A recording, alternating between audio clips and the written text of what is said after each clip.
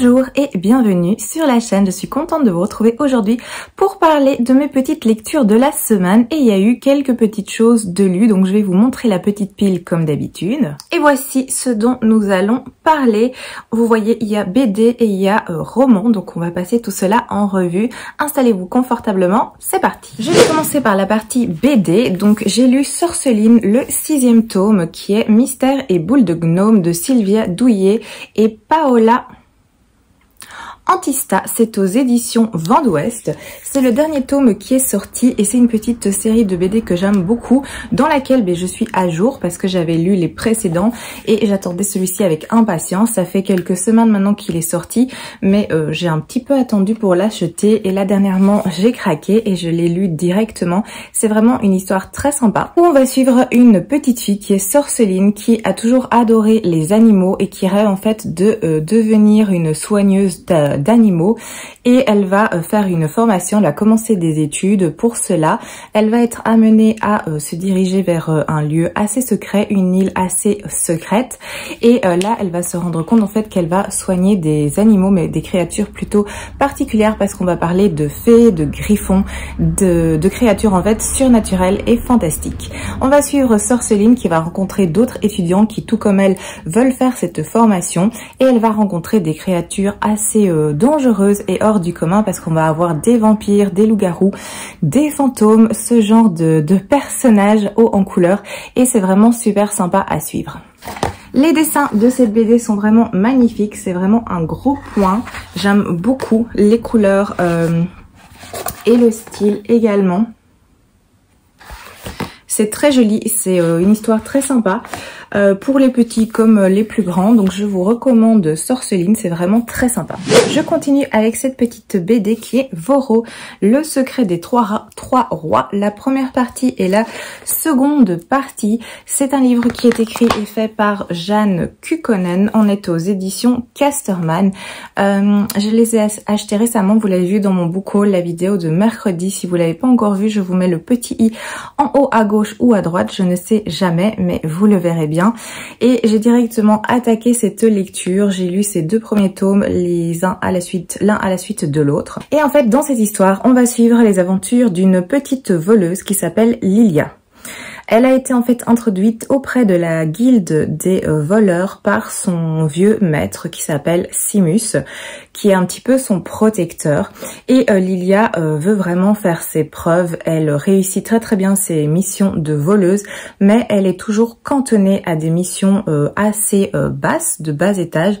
Je vais dire, c'est pas des missions vraiment importantes et elle aimerait que cela change, mais le maître de la guilde ne veut absolument pas faire quelque chose pour Lilia, étant donné que c'est une fille, donc il la considère comme étant insignifiante. Il veut pas lui confier des missions plus importantes et du coup Lilia va décider de prendre les choses en main et elle va se lancer dans une mission qui va l'impliquer dans une affaire qui la dépasse. Ça c'est pour l'histoire en gros et c'était vraiment super chouette. Les livres sont assez épais, ils font presque une centaine de pages chacun. J'ai beaucoup apprécié cette histoire, j'ai apprécié suivre Lilia qui est un personnage attachant. C'est une petite fille qui est vraiment brute de décoffrage, elle a beaucoup de caractère, elle se laisse pas faire, elle est ambitieuse, elle est courageuse, elle est un peu trompe-la-mort. Donc un personnage vraiment sympa, très attachant. L'univers, j'ai beaucoup apprécié également. On est dans une série de fantasy médiévale que, comme vous l'avez compris, j'ai beaucoup apprécié. Je me procurerai la suite parce qu'apparemment, d'après ce que j'ai vu, il y a 3 cycles. Ici, c'est le premier cycle et à chaque fois 3 tomes pour les 3 cycles. Donc, c'est évident, je pense bien continuer parce que j'ai beaucoup apprécié la mission dans laquelle Lila se plonge sans l'accord du maître de la guilde va l'emmener vers d'autres aventures et d'autres missions dangereuses et c'était vraiment très sympa à découvrir. Alors je vais passer maintenant au roman et je vais faire de celui que j'ai le moins apprécié à celui que j'ai le plus apprécié. Alors j'ai lu et terminé L'Anomalie de Michael Rudger aux éditions Bragelonne. C'était une de mes lectures en cours que vous avez vu passer depuis quelques semaines.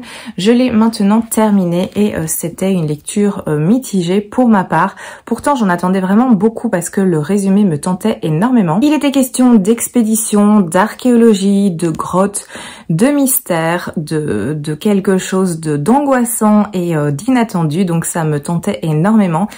Et malheureusement, ça a été une lecture en demi-teinte pour ma part. Alors dans cette histoire, en fait, on va suivre Nolan Moore, qui est un archéologue différent des archéologues classiques, c'est-à-dire qu'il tient une chaîne YouTube sur laquelle il publie des documentaires, des expéditions qu'il fait, et cette chaîne évidemment est très critiquée par les experts en archéologie et elle est beaucoup appréciée par le public. Donc c'est un sujet assez délicat. Et ici, Nolan va préparer et se lancer dans une nouvelle expédition. Il se lance avec son équipe dans la mission de retrouver une grotte qui avait été découverte par un explorateur en 1909. Et cette grotte mystérieuse aurait été découverte dans le Grand Canyon. Donc ils sont sur les traces de cette grotte et ils vont commencer l'expédition.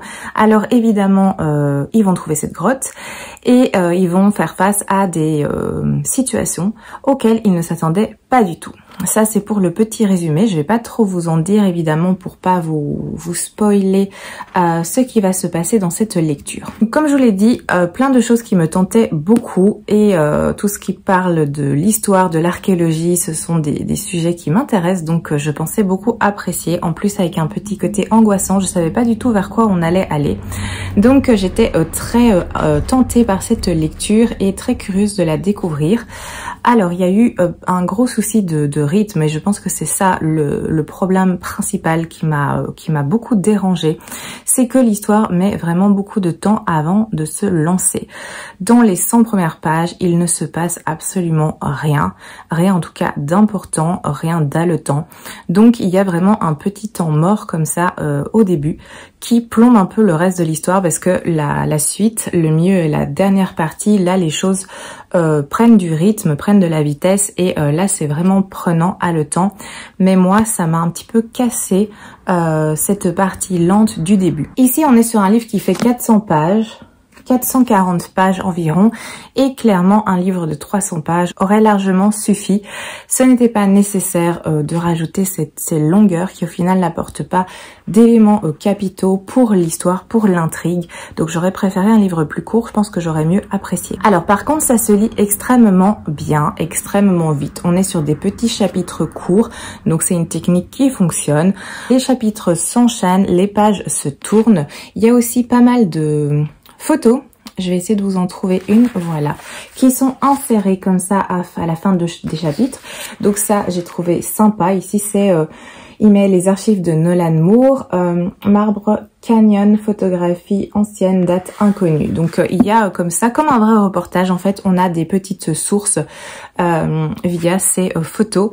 Donc ça, c'était sympathique et ce qui fait que la lecture est fluide et est prenante, sauf évidemment les 100 premières pages. Mais pour le reste, voilà, ça se lit bien. La plume est fluide, elle est pas compliquée et les chapitres s'enchaînent, c'est addictif. Il y a un petit côté addictif, donc ça, très bon point. Alors il va se passer des choses, plein de choses très mystérieuses dans cette grotte. Des choses vont être causées par des événements humains. J'essaie de pas trop vous en dire. Hein. Donc il y a des choses qui vont être le fait des humains et il y a des choses très mystérieuses aussi qui vont arriver. Et cette expédition va être un petit peu mise à mal, elle va faire face à des dangers, elle va faire face à des choses inattendues. Donc il y a beaucoup de choses intéressantes dans cette lecture, dans ce récit. Vraiment des bonnes idées, mais je trouve que ça manquait de structure, que par moments c'était un peu trop dans tous les sens, trop fouillis-fouillas, où on ne s'attardait pas assez pour avoir une explication.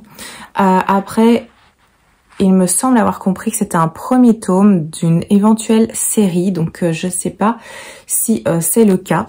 Donc peut-être que par la suite il y aura davantage d'explications et ça me semblerait tout à fait logique parce qu'il y a un élément qu'on va apprendre dans cette histoire qui nécessite davantage de tomes en fait. Ça peut pas se terminer comme ça, il y a vraiment une intrigue et quelque chose qui fait que, à mon avis, il y aura où il doit y avoir une suite. Pour ma part, je pense pas que je me lancerai dans la suite, en tout cas pas tout de suite, ça fait beaucoup de suite, parce que voilà, celui-ci avec son petit problème de rythme et des choses pas assez structurées à mon goût, plein de bonnes idées, mais ça manquait de cohérence et d'approfondissement pour certaines choses. Donc voilà, une lecture mitigée, c'est assez dommage. Après, je l'ai terminé parce que ça se lit très bien et malgré tout, je suis contente d'avoir fait cette lecture et de savoir ce dont il est question et de quoi parle ce livre, L'Anomale. Alors, pour la suite, il y a que des bonnes lectures, donc là, il n'y a pas vraiment d'échelle. Celui que je prends n'est pas une bonne, mais pas aussi bonne que le suivant. C'était des très chouettes lectures. Donc, il y a celui-ci que j'ai lu. C'est Couronnement fatal à Middle Fenton. De la série de Cozy Mystery, une enquête de Loveday et Ryder. C'est écrit par Faith Martin et on est aux éditions HarperCollins Poche. J'hésite toujours à mettre un S à Collins, mais il y en a un, donc je me suis pas trompée. Donc c'est une petite série de Cozy Mystery. Moi, je les prends en poche. Ils existent aussi en grand format. Et je me les prends à chacune de leurs sorties et je les lis directement quasi. Donc là, je suis à jour. Celui-ci est le dernier sorti et je l'ai lu. Donc je suis à jour dans une de mes séries. Je suis très contente. Alors, dans cette histoire, eh bien, nous sommes au printemps et ça se passe toujours dans les années 1960. On est en Angleterre, on est je pense du côté de Londres, en tout cas c'est près de Londres me semble-t-il, et on suit toujours un duo qui sont Trudy Loveday qui est une jeune policière, toute jeune policière, et le docteur Clément Ryder qui lui est un médecin de formation et qui s'est recyclé, qui maintenant est coroner. Et ils font des duos assez efficaces pour résoudre des enquêtes. Mais ici, nous sommes donc à Middle Fenton et en fait, on va retrouver le corps d'une jeune femme. Une jeune femme qui va être, qui a été étranglée et elle est retrouvée attachée à un mât en vue des festivités de la fête du printemps. Ce n'est pas tout parce que une semaine plus tard, on va retrouver le corps du fiancé de cette jeune femme qui apparemment s'est pendu dans une grange. Alors la police enquête et apparemment la conclusion qui en ressort, c'est que le jeune homme s'est pendu parce qu'il était coupable et qu'il le supportait pas. On pense qu'il a étranglé sa fiancée et que ne supportant pas la situation, il a mis fin à ses jours ensuite. Ça c'est la version officielle. Le souci c'est que le père de la victime qui est commandant, capitaine, enfin bref, qui est dans la police à un poste élevé et influent, veut vraiment que les choses soient approfondies et il demande en fait que Trudy Loveday et le docteur Clément Ryder continuent à enquêter et voient si effectivement c'est bien un suicide, parce qu'évidemment lui en tant que père n'y croit pas. Mais il demande une faveur, à savoir que ce duo enquête et si jamais la conclusion est la même, le père se fera une raison, mais il veut être sûr de pas louper d'éléments. Et évidemment, on va avoir Trudy et Clément, le docteur Clément Ryder, qui vont se lancer dans cette enquête et on se doute bien que ce n'est pas un suicide. Là, je pense que vous n'en serez pas étonnés, sinon il n'y a pas vraiment besoin de faire un livre et une histoire là-dessus. Et c'était vraiment top. C'est une série de Cozy Mystery, Cozy Crime, je sais pas comment on peut le dire, que j'adore. C'est une de mes séries préférées avec les détectives du Yorkshire, avec son espionne royale, avec aussi les enquêtes d'Anna Swenson. C'est une de mes petites séries préférées. Donc voilà, c'était vraiment très chouette. J'aime beaucoup l'ambiance, me retrouver dans les années 1960. C'est très agréable. C'est un roman historique dans un sens, de crime historique, et moi j'aime beaucoup. J'apprécie énormément les personnages aussi. Je vous conseille de les lire dans l'ordre par contre, tout simplement parce que la relation relation amicale évidemment entre le docteur Clément Ryder et Trudy Loveday se construit au fur et à mesure, hein. Ils sont de plus en plus familiers, ils se respectent et c'est un duo qui fonctionne bien. Et puis il y a aussi tous les petits éléments personnels qui touchent à ces deux personnages. Donc c'est super intéressant et voilà, je vous recommande. Si vous cherchez une petite série de Cozy Mystery, vous pouvez vous diriger vers celui-là, mais je pense que vous le savez si vous me suivez depuis quelques temps. Je vous en parle très régulièrement. Alors j'ai également lu celui-ci qui est Éclat miroitant de Alix E. Harrow aux éditions Le Rayon Imaginaire de chez Hachette. Ceci est un second tome qui sont très beaux, hein. Le premier était dans les tons rouge, il y a des reflets comme ça et on a un jaspage.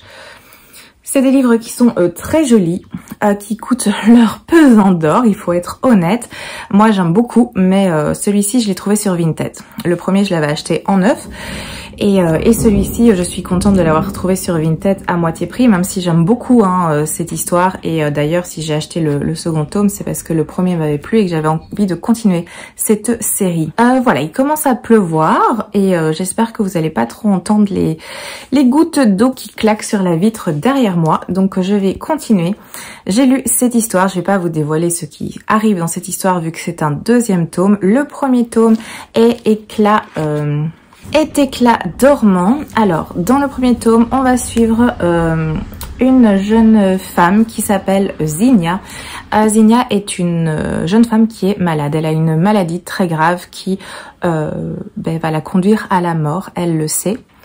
Et elle est passionnée par les contes, par la signification des contes et par un concours de circonstances, elle va être amenée à plonger dans une histoire de conte, dans l'ambiance de La Belle au Bois dormant. Donc elle va se retrouver dans l'univers de La Belle au Bois dormant. Ça c'est pour la petite histoire. Ici on retrouve cette jeune femme, toujours Zinnia, qui va se retrouver plongée dans un monde différent parce qu'on sera plus dans l'univers de La Belle au Bois dormant mais dans celui de Blanche-Neige et elle va rencontrer en fait la méchante belle-mère et c'était super intéressant.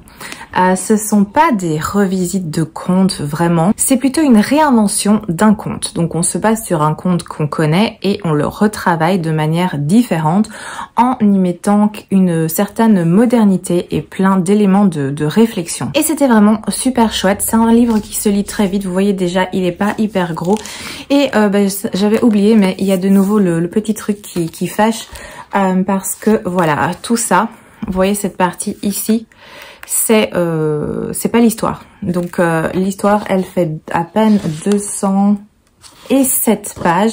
Après on a les remerciements dans cette partie et on a un extrait en fait de Éclat dormant. Donc le premier chapitre du livre précédent. Et c'est vrai qu'il y avait déjà eu ça dans le premier tome où on avait aussi eu les dernières pages à la fin qui sont des premier chapitre d'un autre livre de l'autrice. Mais cette autrice, moi, je l'aime beaucoup. J'ai d'ailleurs lu Les 10 000 portes de January tout dernièrement. Je vous en ai parlé. C'est un de ses titres. Elle a aussi écrit quelque chose avec les sorcières. J'avais beaucoup aimé ce livre, Le temps des sorcières. Donc voilà, c'est une autrice que j'aime beaucoup. Elle fait des choses très intéressantes, modernes, originales, avec des personnages forts. J'ai mis beaucoup de petits post-it. Je vous avais dit que j'avais commencé à faire ce genre de choses. Je sais pas comment je vais arriver à vous les montrer parce que évidemment j'ai voulu être raccord et j'ai mis des post-it verts, du coup vert sur du vert. Je pense pas que c'était la meilleure chose à faire et je crois pas que vous voyez très bien. Mais en tout cas, j'ai mis pas mal de petits post-it parce qu'il y a plein de réflexions très intéressantes, de phrases aussi très intéressantes. C'est moderne, c'est bien amené, c'est original. Je pense pas que ça pourra plaire à tout le monde. Si vous cherchez une réécriture de contes plus classique, plus traditionnelle si je peux dire, ce n'est pas du tout ça. On n'est pas dans la même optique. Ici, c'est complètement autre chose. C'est innovant. Voilà, c'est innovant et moi j'aime beaucoup. Je pense qu'il y a un troisième tome parce que c'est une série qui s'appelle Les Contes Fracturés. Donc il me semble que à la base il y avait prévu 3 tomes. Je sais pas dans quel monde ou quel univers on se dirigera pour la suite, mais j'ai très hâte de découvrir. Il n'est pas encore sorti donc je l'attends. Voilà, j'espère que vous m'entendez bien parce qu'il y a le tonnerre. Ça drache, il pleut comme vache qui pisse, c'est une catastrophe. Donc j'espère que la luminosité ça va encore et que le son ça va toujours parce que j'ai encore des petites choses à vous dire. Je continue. J'ai également lu et terminé celui-ci qui est La Maison des Sœurs de Charlotte Link aux éditions, moi je l'ai eu aux éditions France Loisirs.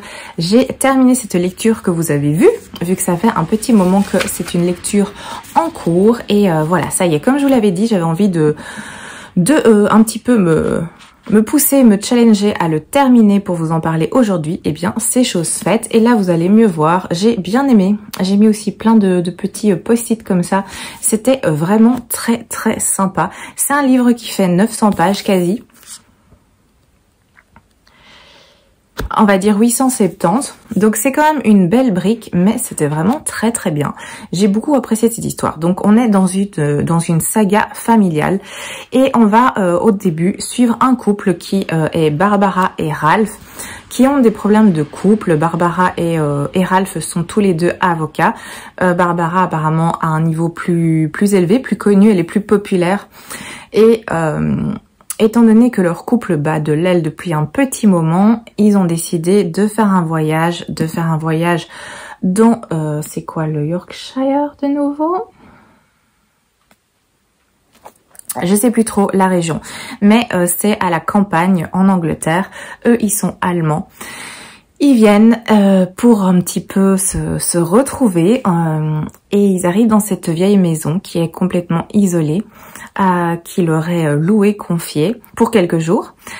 Ils arrivent au moment des fêtes de Noël et à peine arrivés, il y a tempête de neige, il commence à neiger, ça ne s'arrête pas et tout est recouvert de neige, ils sont bloqués, la chaudière tombe en panne, ils n'ont pas fait beaucoup de courses en plus étant donné qu'ils avaient prévu d'aller un petit peu explorer les environs, le village, etc. plus tard et là en fait ils se retrouvent à deux et coincés dans cette maison sans chauffage, sans électricité et assez démunis, le téléphone ne marche plus non plus. Du coup, ils vont essayer d'un petit peu se débrouiller comme ça, se chauffer avec le bois, voir un petit peu les quelques provisions qu'il y a dans les placards. Et en cherchant et en fouillant comme ça, Barbara va trouver une pile de feuilles, un vieux manuscrit, qui a été écrit par France. France, qui est une femme qui a habité dans cette maison il y a des années. France actuellement est décédée. Et en fait, France nous raconte son histoire, toute son histoire, dans ce manuscrit. Donc on va avoir une double temporalité. Barbara lit l'histoire que France a écrite, qui est sa vie à elle. Et c'était super intéressant. J'ai adoré la vie de France,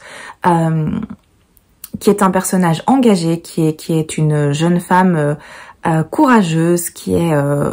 vraiment très très fort. On va apprendre beaucoup de choses sur elle. Elle va passer par énormément de difficultés dans sa vie. Il y a beaucoup de choses, beaucoup de thématiques. Ça va parler de la famille, ça va parler de la guerre, même des deux guerres mondiales parce que la période va être longue hein, et on va voir les personnages faire face du coup à la première et à la seconde guerre, ce que ça va impacter dans au niveau familial, au niveau personnel. Il va y avoir des drames, des histoires d'amour, il y aura beaucoup de tristesse, il y aura des problèmes de sœurs. Ça va parler des suffragettes, du droit de la femme, de la bataille pour les droits de la femme. Ça va aussi parler de la terre, des terres plutôt, du terroir, de cette maison qui est très importante pour France et d'autres personnages aussi. Et ça va aussi parler de troubles alimentaires. Donc il y a plein de thématiques, vraiment beaucoup de choses dans ce roman et j'ai énormément apprécié. C'était vraiment top. Je pense que si vous aimez tout ce qui est saga familiale comme un petit peu... moi j'aime beaucoup La Villa aux étoffes. D'ailleurs, je dois continuer et lire le dernier qui est sorti en poche. Tout ce qui concerne aussi les écrits de Lucinda Riley, j'en ai pas lu beaucoup, mais ceux que j'ai lus comme La Maison aux papillons, c'est possible? La Chambre aux papillons. C'est un peu ce même genre d'histoire avec des éléments présents et beaucoup de découvertes du passé. J'avais aussi apprécié des Kate Norton comme cela aussi, j'en ai lu 2 et c'était aussi des histoires secrètes du passé qu'on découvre et qu'on apprend avec des personnages qui sont au présent. Donc voilà, c'était vraiment très bien. J'ai beaucoup apprécié cette lecture, j'étais bien dedans. Il y a beaucoup de thématiques, c'est bien amené, c'est bien construit, on n'est pas perdu. Il va aussi y avoir des éléments qui vont arriver aux personnages du présent, donc Barbara et Ralph. On va aussi entendre leur histoire et il va se passer des choses. J'ai un petit peu moins apprécié la fin, j'avoue, la fin avec justement le personnage de Barbara et Ralph. S'il y a un petit point négatif, c'est un élément qui va arriver à Barbara. J'ai pas trouvé ça super crédible et ça m'a pas spécialement plus emballé que ça. Je pense qu'on aurait pu s'en passer. mais sinon, à part ça, à part ce petit défaut, pour moi, j'ai tout adoré dans cette lecture. Ça m'a pas semblé long. Je n'ai pas ressenti de longueur. Ça prend son temps. C'est un livre qui fait quasi 900 pages. Donc évidemment, c'est pas un thriller addictif, hein. Les chapitres sont parfois aussi assez longs. Mais moi, j'ai tellement aimé. Et si vous aimez les sagas familiales, je vous recommande. Moi, c'est une autrice que je ne connaissais pas. Je l'ai pris un petit peu par hasard en fouillant le magazine France Loisirs et je suis vraiment contente. Et du coup, je pense que je vais même regarder les autres titres de cette autrice parce que du coup, ce qu'elle fait m'intéresse. Si elle travaille aussi la thématique de la saga familiale dans d'autres de ses romans, je pense que ça pourrait vraiment bien me plaire et m'intéresser. Donc, je vais regarder ça un petit peu de plus près. Voilà, ça c'était mes lectures de la semaine. Comme d'habitude, maintenant on va passer au point mes lectures en cours. Alors, il y a toujours mon audio, ma lecture audio qui est Les Annales de la Compagnie Noire de Glenn Cook. Aux éditions J'ai lu, j'ai dépassé la moitié. Je vais vous en parler quand je l'aurai terminé. Je pense que ce sera plus simple comme ça. Je vous l'avais dit la semaine passée que j'allais avancer dans Babel. Je vous l'avais promis si je me rappelle bien et je l'ai fait. Je m'y suis tenue, j'ai avancé dans Babel, alors je l'ai pas terminé, hein, faut pas non plus pousser, mais je suis à la page 282, j'étais à la page 140 aidée je crois la dernière fois, donc c'est pas non plus un pas de géant, mais j'ai bien avancé dans cette lecture qui se lit vraiment tout seul, qui est super intéressante, donc je vais continuer sur ma lancée et continuer à le découvrir davantage. Je vous dis pas qu'il sera terminé pour la semaine prochaine, mais au plus tard pour la semaine suivante. Ça, je pense que c'est tout à fait possible. J'ai un petit peu avancé, mais pas beaucoup, dans La Maison aux pattes de poulet de Jenna Rose Nettercott aux éditions Albin Michel Imaginaire. J'ai lu les 50 premières pages, je crois, même pas les 45 premières pages, je suis au chapitre 4 et j'aime beaucoup la plume.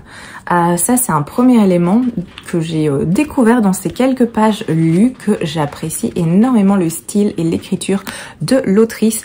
J'ai déjà mis 2-3 petits post-it alors que j'ai lu que 45 pages, donc c'est assez prometteur et j'ai hâte de poursuivre. Oh, sinon, je vais commencer celui-ci qui est Le Silence de Denis Lehane aux éditions Gallmeister. J'ai lu le prologue, donc pas grand chose, je suis au chapitre 1 et c'est un livre qui me tente beaucoup, c'est un emprunt bibliothèque, je vous en avais parlé quand je l'avais ramené de la bibliothèque. Je suis très curieuse de découvrir cette histoire dont je ne sais rien, absolument rien, mais j'en ai entendu tellement de bien que je veux me plonger dedans sans en savoir plus. Oh, sinon, j'ai commencé celui-ci qui est Anne de Windy Willow de Lucy Montgomery aux éditions Monsieur Toussaint L'Aventure. C'est le 4e tome des aventures de Anne. J'ai commencé ma lecture, je suis au chapitre 3, ce qui équivaut à la page 51. C'est des livres que j'apprécie beaucoup. Les 3 précédents, c'était vraiment un rêve de lecture, c'était agréable, c'était tout doux, c'était ça fait du bien en fait, c'est des lectures qui font du bien et j'aime tellement le personnage de Anne et j'adore sa façon de voir le monde et de s'exprimer, donc je suis super ravie d'être dans cette lecture que je savoure mot après mot. J'ai également mis celui-ci, donc je l'ai pas encore commencé mais je vais le commencer, c'est Le Bureau du mariage idéal, une enquête de Sparks et Bainbridge de Alison Moncler aux éditions 10-18. C'est le premier tome d'une petite série où on va suivre apparemment deux enquêteurs et je suis très curieuse de découvrir. Je l'ai déjà vu passer sur les réseaux quelques fois et c'est vrai que ça me tentait bien.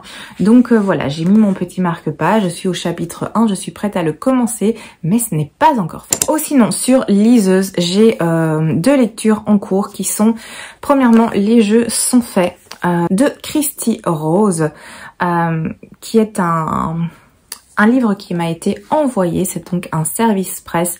Ça fait un petit moment que je l'avais et je me suis dit qu'il était important de le commencer, de plus trop le laisser traîner. Donc j'ai commencé cette histoire, j'ai lu 16% pour l'instant. Et également sur ma liseuse, je lis un autre livre, un autre service presse qui est Ceux qui servent. Je vais vous mettre une petite image ici à gauche ou à droite qui parle de Griffon, qui m'a également été envoyé. Et donc je suis en train de faire cette lecture. Là j'ai dépassé la moitié. Ça parle de Griffon et je vous en parlerai une fois qu'il sera fini. Voilà pour mes lectures en cours, mes lectures faites. Alors, il reste les emprunts bibliothèque parce que oui, je suis repassée en bibliothèque. Et je me suis pris la suite et la fin de Happy.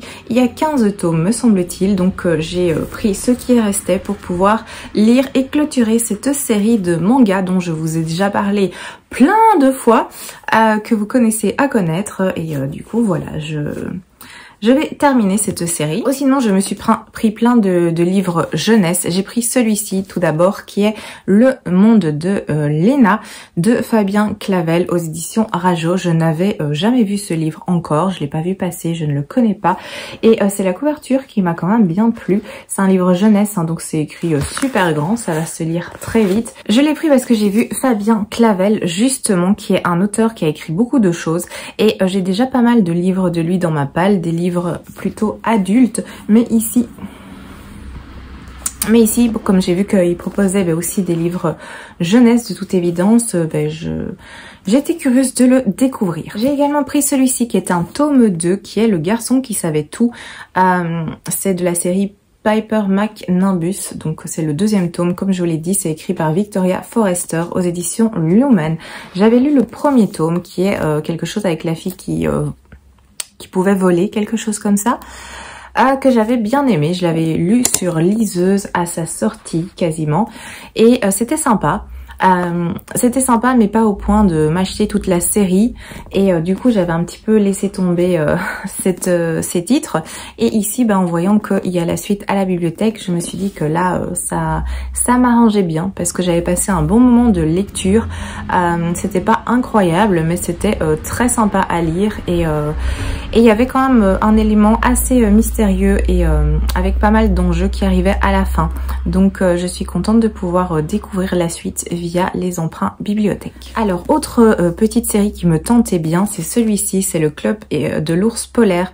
Le premier tome, Stella et les mondes gelés de Alex Bell. On est aux éditions Gallimard Jeunesse, c'est une trilogie je pense et je l'avais vu passer et c'est vrai que je me suis dit oh ça peut être sympa et donc je suis tombée dessus à la bibliothèque. Donc voilà, le premier tome est a directement sauté dans mon sac, donc je découvrirai.